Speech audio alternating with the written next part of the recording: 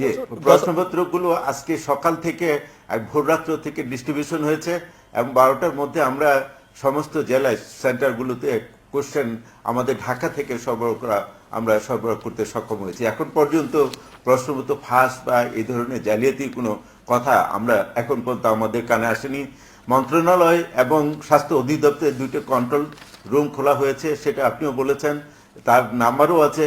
এই ধরনের যে কোনো বিষয় আমাদেরকে অবহিত করার জন্য অনুরোধ করব।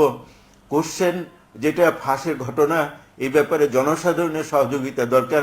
সকল মহলে, আইন শৃঙ্খলা পরিস্থিতি, জেলা প্রশাসন, সকলের সহযোগিতা আমি কামনা করছি।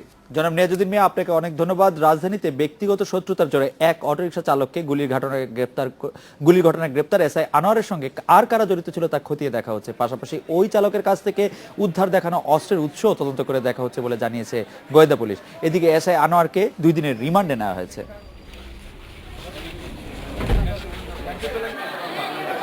রোববার রাতে শাহ আলম নামে এক অটোরিকশা চালকের কাছ থেকে অস্ত্র উদ্ধার করা হয়েছে বলে মামলা করেন শেরেবাংলা নগর থানার এসআই আনোয়ার।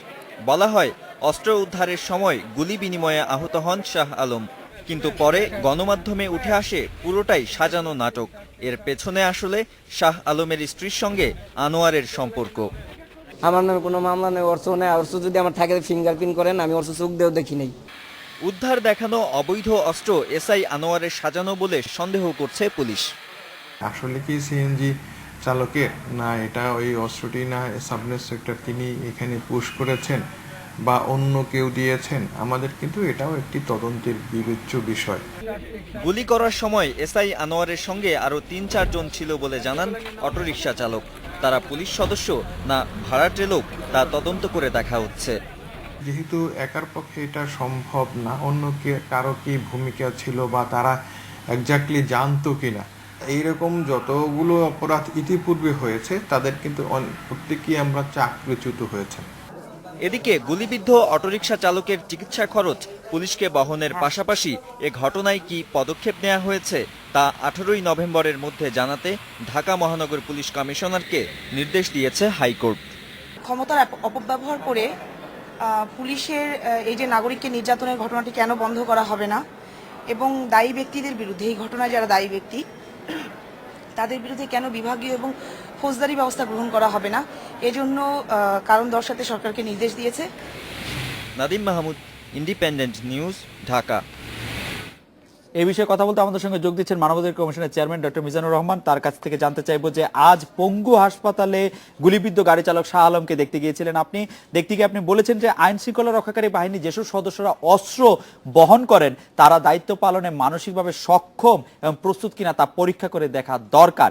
অভিযুক্ত নিরাপত্তা বাহিনীর সদস্যরা যে মানসিকভাবে অক্ষম কিনা বা সক্ষম কিনা সেটি পরীক্ষা কিভাবে করা সম্ভব বলে আপনি মনে করেন, বা সরকার এইটি কি উদ্যোগ নিতে পারে, কি ধরনের পরীক্ষা তাদের করা সম্ভব হতে পারে? জনাব মিজানুর রহমান।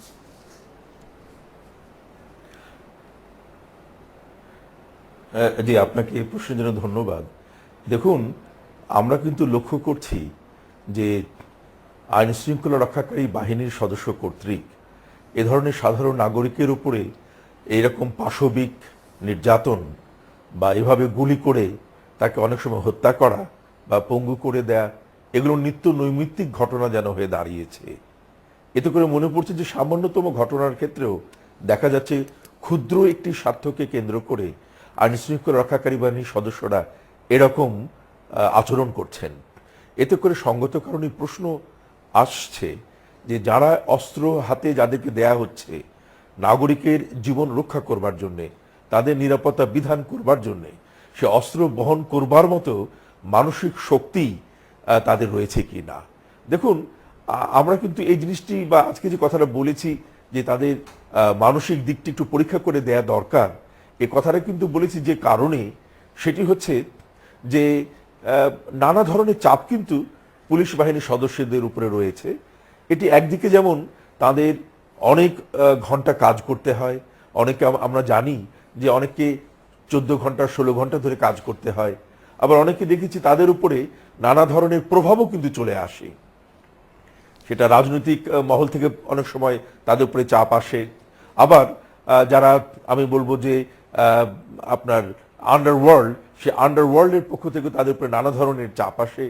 এই বিভিন্ন ধরনের চাপ আপনার সামলাতে গিয়ে তারা আসলেই মানসিকভাবে বিপর্যস্ত হয়ে পড়ছেন কিনা এটি কিন্তু রাষ্ট্রের অতি জরুরি এটা পরীক্ষা করে দেখা।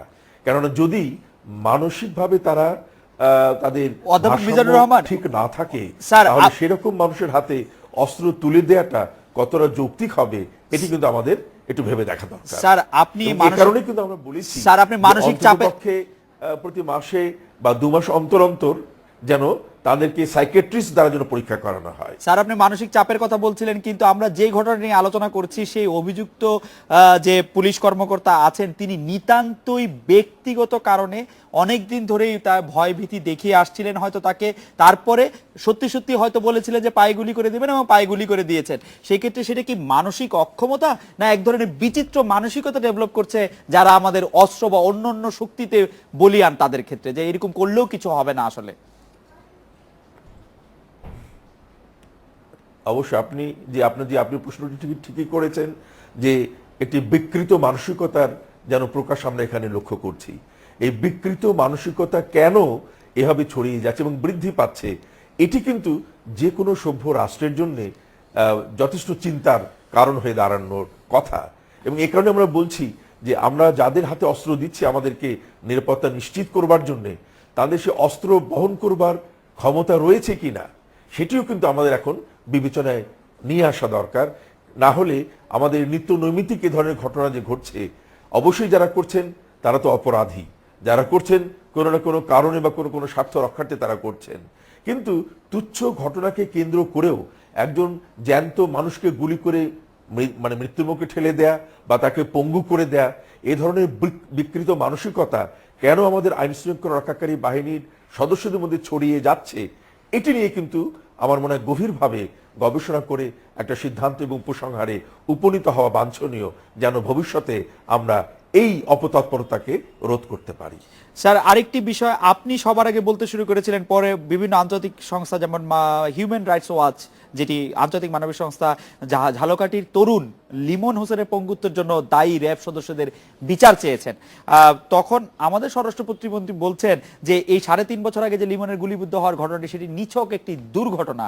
আপনিও কি স্যার ওটিকে একটি দুর্ঘটনা মনে করেন, নাকি আপনি মনে করেন যে যারা এই কাণ্ডটি ঘটিয়েছে তারা মানসিকভাবে সক্ষম অক্ষম বা তারা আসলে অপরাধ বা অপরাধী মানসিকতার কিনা তার একটি পরীক্ষা বা বিচার হওয়া উচিত?